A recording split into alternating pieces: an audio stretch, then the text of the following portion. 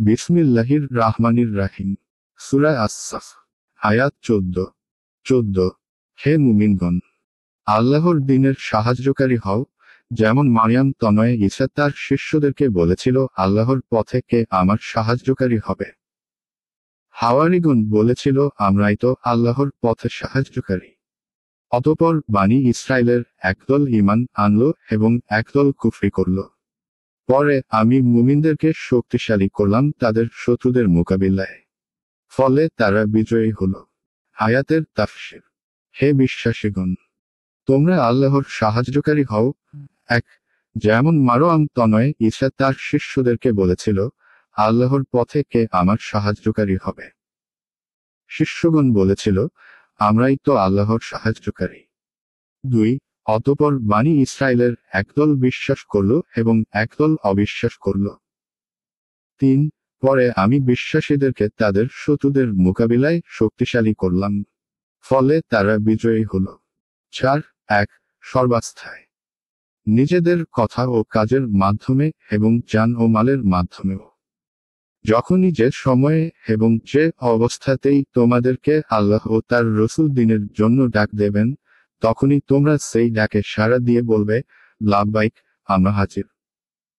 যেভাবে ঈসা আলাইহিস সালাম এর শিষ্যরা তার ডাকে লাব্বাইক বলেছিলেন। 2, অর্থাৎ যে দিনের প্রচার প্রসারের নির্দেশ মহান আল্লাহ আপনাকে দিয়েছেন, সেই দিনের প্রচার প্রসারের কাজে আমরা হব আপনার সাহায্যকারী। এইভাবে রসুল সাল্লাল্লাহু আলাইহি ওয়াসাল্লাম হজ্জের মৌসুমে বলতেন, কে আছে এমন যে আমাকে আশ্রয় দিবে, যাতে আমি মানুষের কাছে আল্লাহর পয়গাম পৌঁছে দিতে পারি।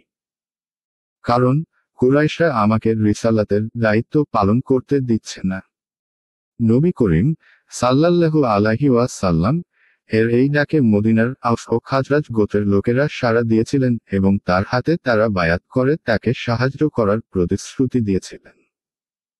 অনুরূপ তারা তাকে প্রস্তাব দিয়েছিলেন যে, যদি আপনি হিজরত করে মদিনায় আসেন, তবে আমরাই আপনার হেফাজতের দায়িত্ব গ্রহণ করছি।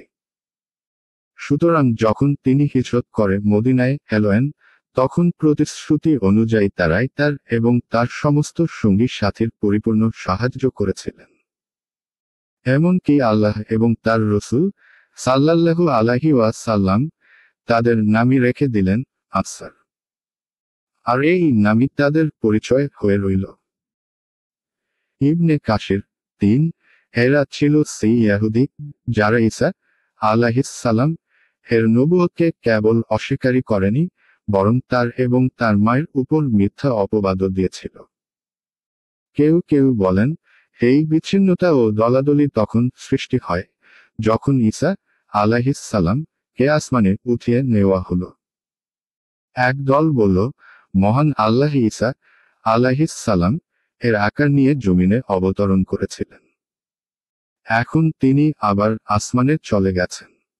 এদেরকে কুবিয়া ফিরকা বলা হয়।